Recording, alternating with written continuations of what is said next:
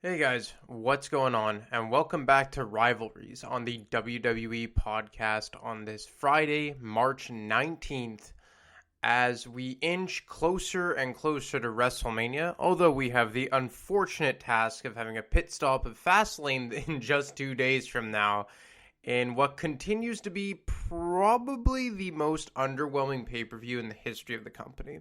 If anyone else could come up with a more underwhelming pay-per-view than Fastlane in the history. It doesn't have to be current. It could be past, or I was about to say future, but obviously we can't know that. But maybe December to Dismember, the one-time ECW pay-per-view. Fatal 4-Way, that comes up. Bragging Rights, which is kind of like a rip-off of Survivor Series in a lot of ways. But no, I just think Fastlane is an unnecessary pay-per-view. I want to go back to the old days where it was just No Way Out, or even if you want to keep it as Elimination Chamber, which seems to have been the successor to No Way Out, as the one in-between pay-per-view to Mania and Royal Rumble. I don't care, but Fastlane, gotta do away with it. I don't even believe there's a WWE Championship match scheduled for it. On the Raw side of things, like, that's just crazy to me. A pay-per-view with no world title being defended. I know the Universal Championship's being defended, but that's neither here nor there. But one thing about the current product, which I'm not getting into, but one thing I want to draw off of a bit is because it inspired me for today's rivalry. And that is Shane McMahon versus Braun Strowman. And I know a lot of people are sick of Shane McMahon, but I'll come clean. He is probably, I'm not kidding you now, top 5 favorite wrestler for me of all time. And that's why today I'm going to cover Shane McMahon versus Mr. McMahon in 2001. And we'll touch maybe a bit on their other interactions throughout the years. But the real 2001 rivalry that built to their street fight at WrestleMania 17 in 2001 at the Houston Astrodome at arguably the best WWE pay-per-view in the history of professional wrestling, or in the history of WWE. However you want to phrase it, one of the best pay-per-views, if not the best WrestleMania of all time. And first, I'll give you my 2 cents as to why Shane McMahon is a top 5 favorite. Well, I won't even call him a wrestler. Top 5 favorite character, persona, whatever you want, however you want to phrase it.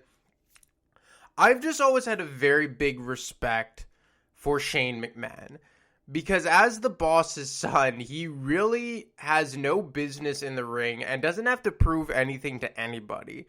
You know, he could have just went about it as an authority figure. He actually started as a referee in the late 90s, I want to believe. I want to say, rather. And he really didn't have to do all the things he does. But if you go back over the years, you'd be hard-pressed to find a guy who took more bumps than Shane McMahon. Like, I was watching SummerSlam 2000 the other day, and he had a match with Steve Blackman for the Hardcore Championship. And I don't know if you guys remember the old set of SummerSlam. Like, there was no ramp. It was just a straight walkout from behind the big old SummerSlam logo when the graphic was green, and that was the theme of it. And he climbed up the side of that big, I guess it was like a Titantron with the big S, the old SummerSlam logo. And he must have climbed over 50 feet. It was probably close to 100 feet in the air. And Blackman chased him up there and whacked him with the kendo stick. And then he just took a massive fall. And obviously he landed on a crash pad, as we saw this past week with Braun Strowman through the announce table. But that doesn't change the fact that he fell backwards from, I want to say it was 100 feet. I'm really not good with measurements. Maybe one of you guys could go back and watch it and have a better read on how high the fall actually was. But, and the way he fell is like he almost just kind of like just let himself go. Like, it was just such a smooth fall. Like, he didn't like jump sideways or prefer like, he literally just pushed himself off and just went straight back through what I think it was like plywood, and then underneath it, obviously, there was a crash pad. But nevertheless, a heck of a bump. And that's why I really always liked Shane McMahon, and I've always found his character intriguing. Is his in-ring work the best? Obviously not. You know, the punches are a bit cheesy. He's limited, although I do think he is underrated for what he can do. He's pulled out some moves in the past, especially the coast to coast, which we will get to in this rivalry. But all in all, I've always loved Shane as a babyface or a heel, because he is the one McMahon that you could make a case is a better babyface. I know most of you will say he's a better heel, which I could stand to hear that argument, and I wouldn't say you were wrong, but I really have always liked Shane McMahon as a babyface. And if you guys have been listening to Rivalries since the beginning, you'd know that my first ever episode covered Shane McMahon versus Kane in 2003, where Shane McMahon was the babyface in that program. And to be fair, the Kane versus Shane McMahon program rivalry was probably the most substantial of Shane's career, and one that really got drawn on quite a while, and probably the most we saw Shane on consistently on television as an in-ring competitor. Although I don't, if I remember correctly, he wasn't fighting each and every night on Raw, but he was a staple of Monday Night Raw from July all the way to November in 2003. But while that may have been the most substantial, this was the first ever real rivalry Shane McMahon had with his father in early 2001. Because before this, Shane had always been kind of like the weasel heel. And he had always been more or less side by side with his father. When he first came in as the on-screen, character, as the boss's son, he joined the corporation, obviously. Then he disbanded and formed the corporate ministry alongside the Undertaker to go against his father. Later to be revealed that his father was in cahoots with them the whole time as the higher power. And then, he had the Mean Street Posse that kind of linked up with the McMahon-Helmsley regime following WrestleMania 2000 that really butted heads with The Rock. As I mentioned, he had the kind of the program with Steve Blackman a bit leading up to SummerSlam 2000. He ultimately lost that match. But more times than not, Shane was just kind of like in the background as like that extra heel in a faction. When he was in the corporation, yeah, he was one of the quote-unquote bosses, but Vince was the main heel. In the corporate ministry, The Undertaker was the main heel. In the McMahon-Helmsley regime, yeah, did he have his fair share of encounters with The Rock? Of course he did, but Triple H was the main heel. So this was not only the first time we saw Shane McMahon as a babyface in 2001, it was the first time we saw him take center stage as a main persona in a significant program. And if you're wondering how we got there, it was kind of a slow build, and this building to the over-the-top Mr. McMahon character, because by early 2001, the Mr. McMahon character was like reaching a peak, and it was reaching a climax here. And you really saw it kind of start to unfold when Linda McMahon got involved and she was in the wheelchair and Vince asked for a divorce and all that. And then he started bringing Trish out as his on-screen girlfriend. I don't know if you guys remember it, that very uncomfortable scene where he made out with Trish on the stage in front of Linda McMahon, who was like comatose in the wheelchair on SmackDown. And it was just getting to a point where Vince's character was, although he had always been over the top since he started it in 1997 when he started going up against Stone Cold Steve Austin. In 2001, it was all really peaking for Vince. And that, his rivalry with Austin had been put on the back burner for the time being. He had kind of broken away from Triple H, and the McMahon-Helmsley regime had gone dormant. And we really saw Vince kind of going on a tirade all by himself. And this came to a head one night on Monday Night Raw when him and Trish Stratus came out to the ring. Trish has a lot in common with some of the starlets in Hollywood, when you think about it. A lot of the starlets have a beautiful blonde mane, heaving beautiful breasts, and they would do anything for stardom. Just like Trish did last Monday night. Let me take you back a little walk down memory lane, shall we? It all started when Trish was in the ring with Mr. McMahon, and, well, I asked her to get down on all fours. And then from there, I asked Trish to speak dogese, if you would. She actually barked, "I'm sorry." Then from there, that wasn't degrading enough. No, that wasn't humiliating enough. I asked Trish Stratus to remove her coat. And I must say, I felt like you were a little reluctant to do that. And then from there, I asked Trish to remove her blouse.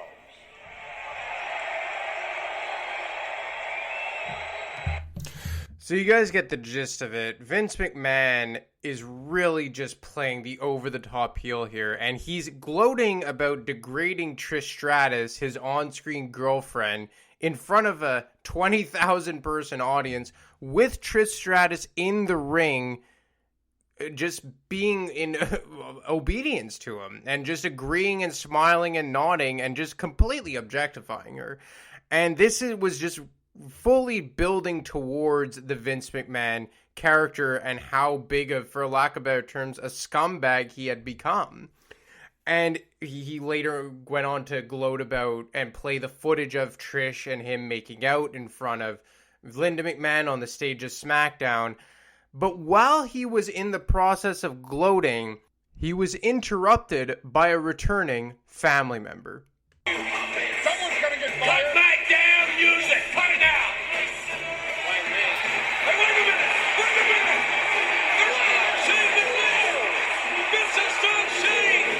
Vince has done Shane! Shane McMahon is here! And Vince McMahon, look at the look in Vince's face! Look at the look in Shane's face!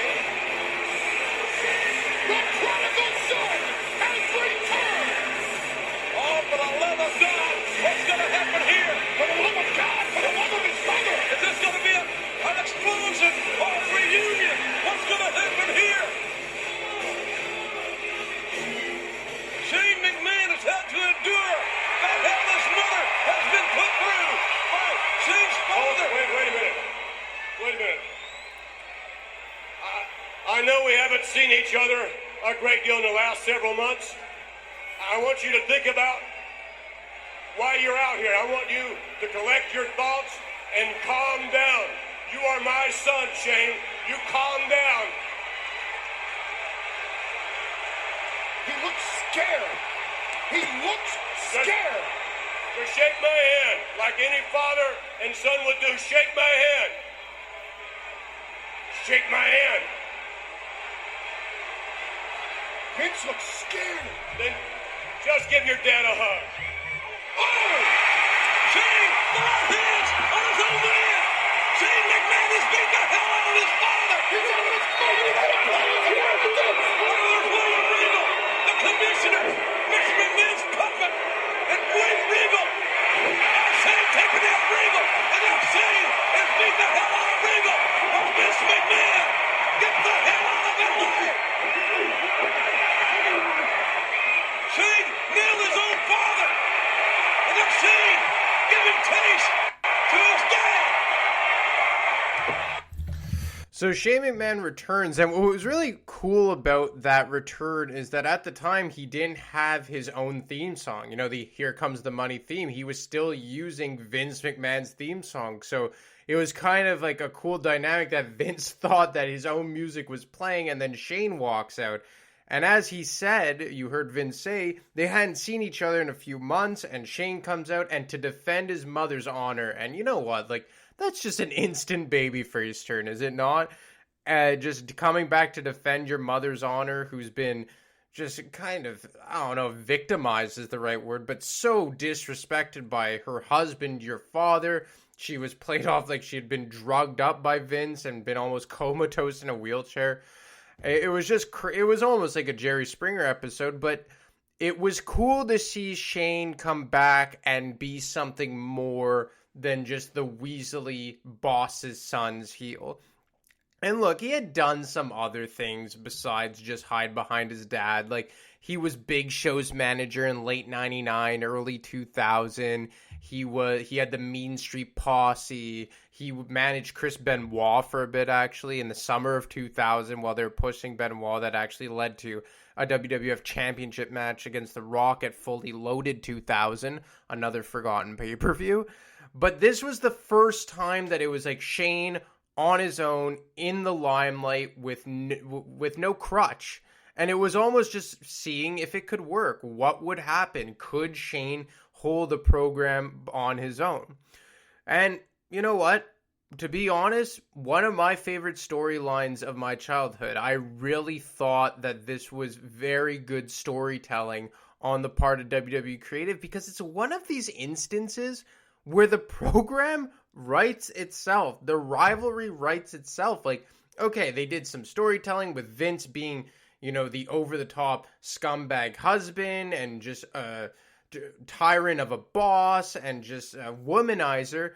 But, the family, the power struggle, the guys running the show at the top of the food chain in the wrestling world at that time. It was just such good storytelling, and it made sense. And on a side note, this is why I never understood why they never did Shane versus Triple H upon Shane's return in 2016. It was just a story that wrote itself. I thought that was just a slam dunk for WWE to do. Shane versus Triple H, power struggle at a WrestleMania.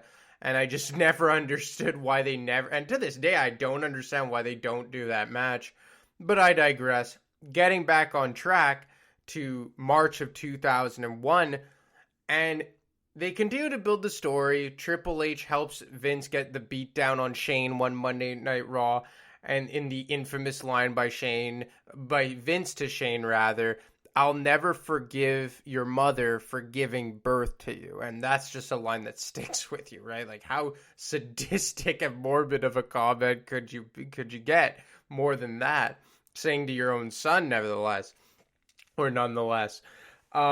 So I'm just laughing because of just how over the top Vince was at this time. Like, he had some sadistic times in his career, against Steve Austin and even against Stephanie McMahon in late 2002.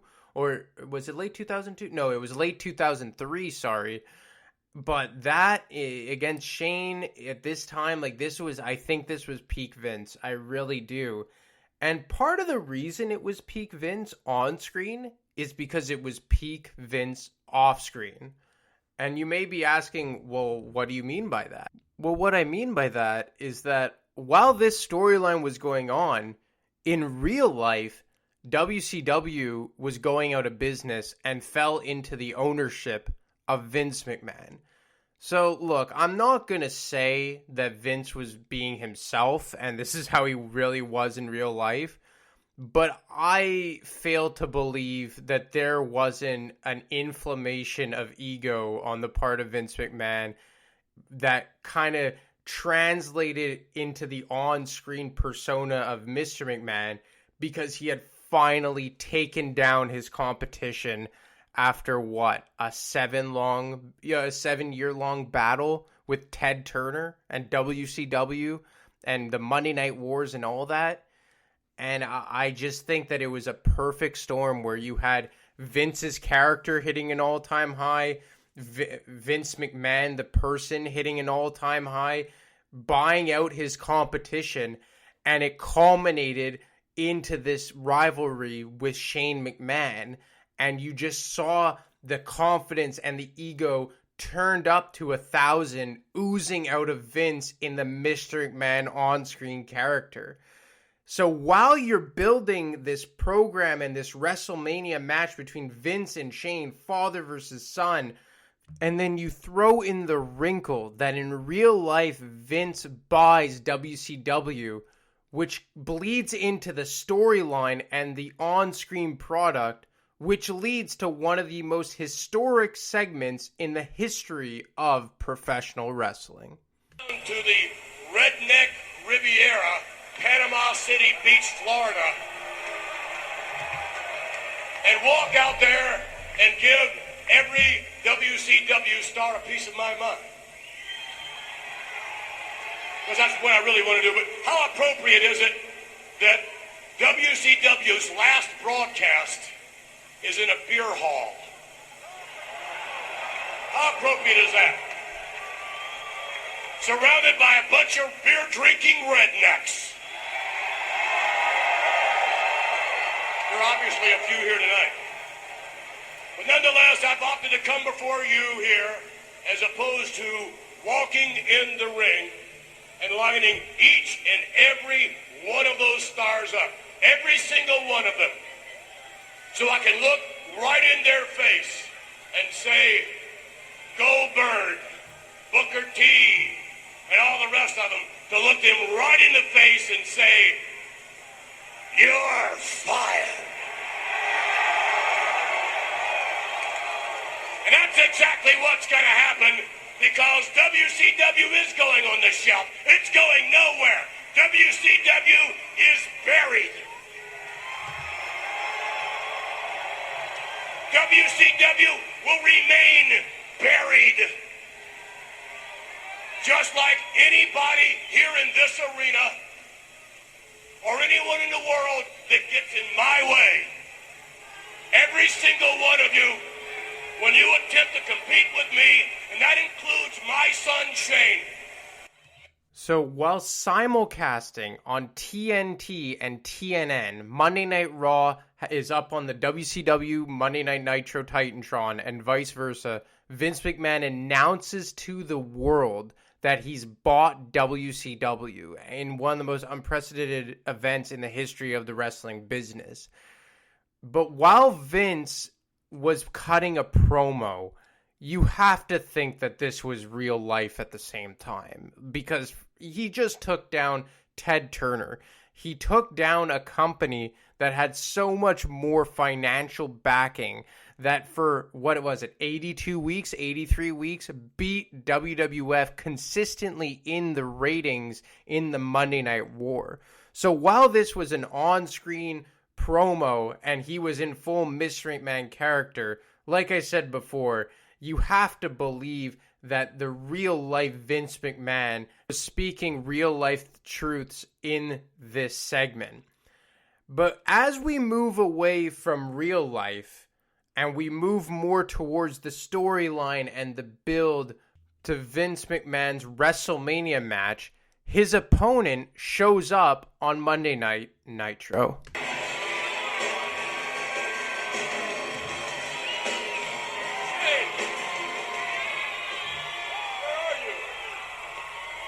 What's up, Vince?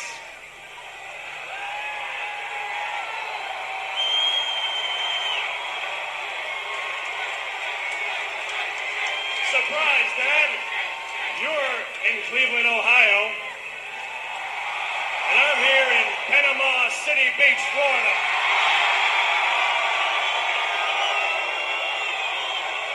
Standing in a WCW ring. And as usual, Dad, your ego has gotten the best of you.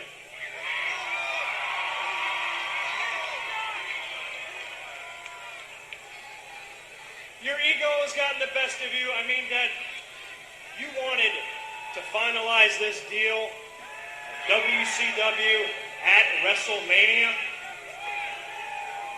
You had the audacity to ask Ted Turner himself to come down and finalize that deal? Well, Dad, that's just the opportunity that I was looking for. Because, Dad, the deal is finalized with WCW. And the name on the contract does say McMahon.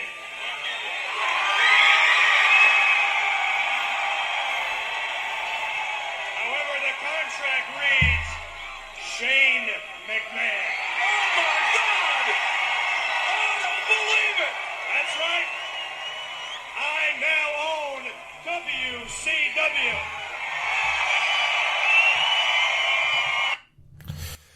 So Shane McMahon buys WCW to go directly up against his father and buy it out from under his father's nose. And obviously, this is where we go back from reality into kayfabe and storyline. But like I kind of talked about back when I covered Edge versus Matt Hardy, this storyline was really cool and this rivalry was really fun because it blurred the lines in a way between reality and storyline. And obviously Shane didn't actually buy WCW, and obviously in real life Vince wasn't cheating on his wife on national television and Shane wasn't coming back to avenge her, but they were building off of the real life tension and the real life, I would say, ego that Vince had gotten from defeating WCW. So incorporating it into this rivalry made it so much more special. And going into WrestleMania, it was just that new wrinkle into it as Shane versus Vince, and they were both on almost equal footing as owners of big time wrestling promotions. So heading into their WrestleMania match at WrestleMania 17 in a street fight, which was officiated by Mick Foley, you were expecting a spot fest, I would say. This was never going to be a 5-star classic, and we knew it was going to be weapons filled and gimmicky filled, but you know what? It really delivered. And I would suggest to go watch it. I still like watching this match, and I gotta say, it was so funny because, you know, Stephanie McMahon comes out in like a jumpsuit, and on the back of it, it says Daddy's Girl in glitter. She slaps Shane in the face. I remember then at one point, Trish rolls Linda McMahon out there in her comatose state. And while Linda is out there in the comatose state, Trish is tending to Vince McMahon, trying to play like the sympathetic girlfriend. Then she slaps Vince McMahon, turns babyface. Her and Stephanie McMahon start fighting in the ring. Mick Foley gets involved. It was just a hilarious little bit and a hilarious little wrinkle that they incorporated in. But as this match is winding down, Vince actually takes out Mick Foley with a steel chair on the outside. And he brings Linda McMahon in the ring to have her watch him beat the hell out of their own son with a steel trash can. And like I said earlier in the show, this is the point where Linda is supposedly drugged up by Trish in a comatose state, for lack of better words. And then she randomly stands up, kicks him between the legs. Mick Foley gets back in the ring, gives him Mr. Socko, which would allow for Shane to get the upper hand, and led to, for the first time in history, the coast to coast. Vince is in one corner, Shane is in another. There's no way!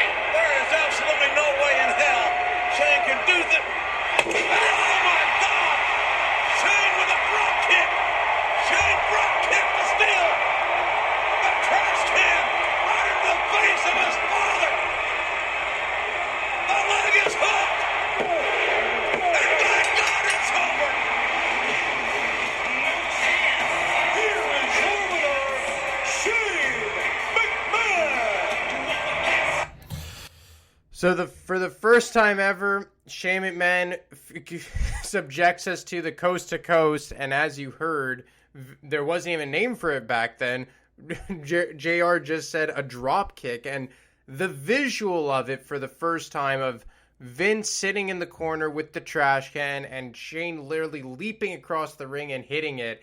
I think that move is what cemented Shane McMahon and got him forever over with the fan base. I really do. Because I remember watching that live and I saw that and I couldn't believe it.